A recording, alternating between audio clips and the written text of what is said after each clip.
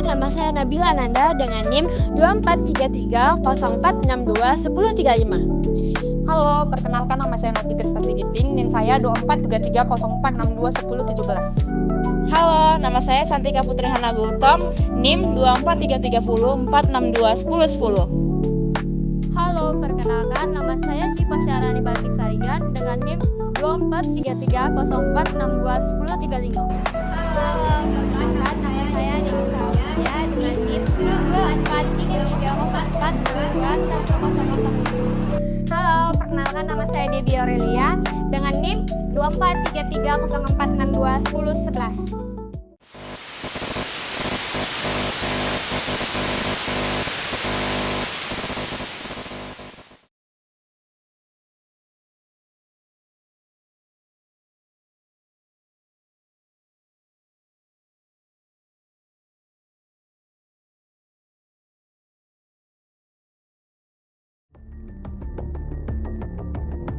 Kasus PT Jungkir Balik menjadi titik balik penting dalam pengawasan industri keuangan non-bank di Indonesia.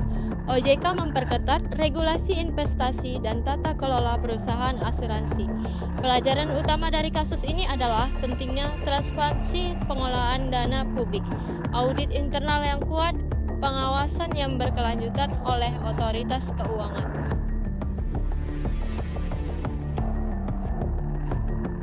Didirikan pada tahun 1859, Jungkir Balik adalah perusahaan asuransi jiwa tertua di Indonesia. Sebagai BUMN, Jungkir Balik memiliki tanggung jawab besar untuk mengelola dana nasabah dengan aman dan transparan. Namun, pada tahun 2018 muncul kejanggalan ketika Jungkir Balik gagal membayar polis nasabah yang jatuh tempo. Pemeriksaan pun dilakukan, hingga akhirnya terbongkar skema investasi berisiko tinggi yang diduga dimanipulasi oleh manajemen Jungkir Balik.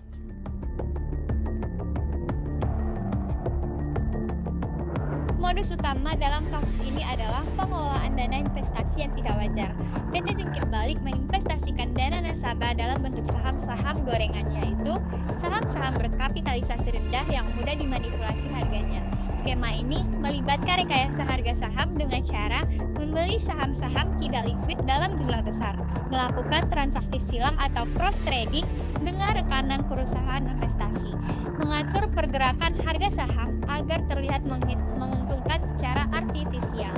Selain itu, PT Jungkir Balik juga bekerja sama dengan sejumlah manajer investasi yang diduga telah memanipulasi laporan keuntungan untuk menutupi kerugian investasi yang sebenarnya.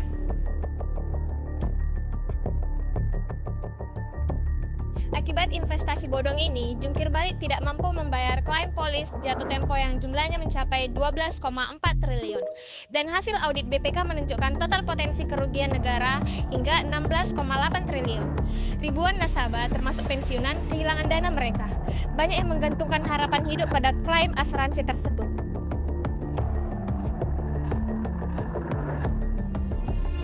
Pemerintah membentuk holding asuransi (BUMN) untuk menyelamatkan Jungkir Balik. Lahirlah Indonesia Financial Group atau disingkat dengan IFG dan anak usahanya IFG Life sebagai penerus bisnis Jungkir Balik. Dana talangan sebesar 22 triliun rupiah dikucurkan untuk membayar klaim nasabah secara bertahap. Namun, proses restrukturisasi menimbulkan pro dan kontra, terutama dari nasabah yang harus menerima nilai pengembalian lebih kecil dari yang dijanjikan dalam polis awal.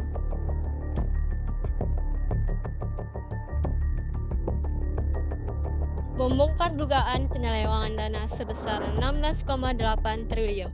Pada tahun 2019, publik Indonesia diguncang oleh terbongkarnya kasus dugaan korupsi besar-besaran yang melibatkan perusahaan asuransi plat merah PT Jungkir Balik. Skandal ini bukan hanya menyentuh ranah korporasi, tetapi juga menguncang kepercayaan publik terhadap pengelolaan dana nasabah oleh BUMN. Skandal PT Jungkir Balik menjadi pengingat bahwa integritas dalam pengelolaan dana publik bukan hanya soal angka, tapi menyangkut nasib jutaan orang. Korupsi tidak hanya merugikan negara, tapi juga menghancurkan kepercayaan masyarakat yang selama ini menitipkan harapan mereka. Semoga keadilan ditegakkan dan Jungkir Balik menjadi pelajaran penting agar skandal serupa tak terulang di masa depan.